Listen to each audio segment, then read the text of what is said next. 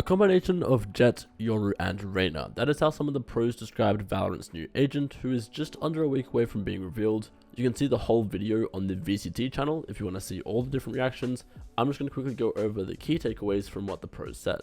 From some of the in-game lore, we know that the new agent will be a woman, and she is now confirmed to be a duelist. Up until now, it was more so hinted at and seemed like that would be the case, but yes, the next agent is now confirmed to be a duelist. That's locked in.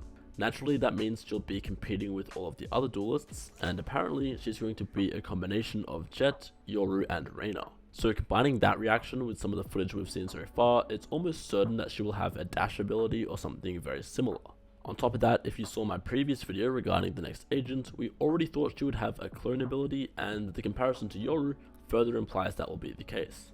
Reyna being mentioned is interesting though, and that makes me think that the clone could have an invisible aspect or function similar to a Reyna dismiss. Maybe you send out a clone while turning invisible yourself and going into a different direction, sort of how light refracts. That's just a guess though, so let me know how you think this agent will be similar to Reyna.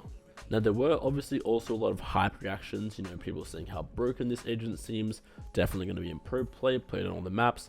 I don't want to look into that too much because we all seem to overreact to the new agents more often than not, but one thing that stuck out to me was someone saying that no one will pick Jett once this agent drops. Again, really digging into this idea that this agent will directly compete with Jett. Also someone said that apparently this agent will be good on most of Jett's maps.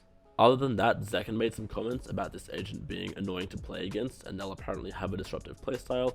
And I also found it interesting that Patatek made a comment that he initially thought this agent was an initiator based on the gameplay, which is probably where that clone ability comes in as an entry tool, maybe gathering some information.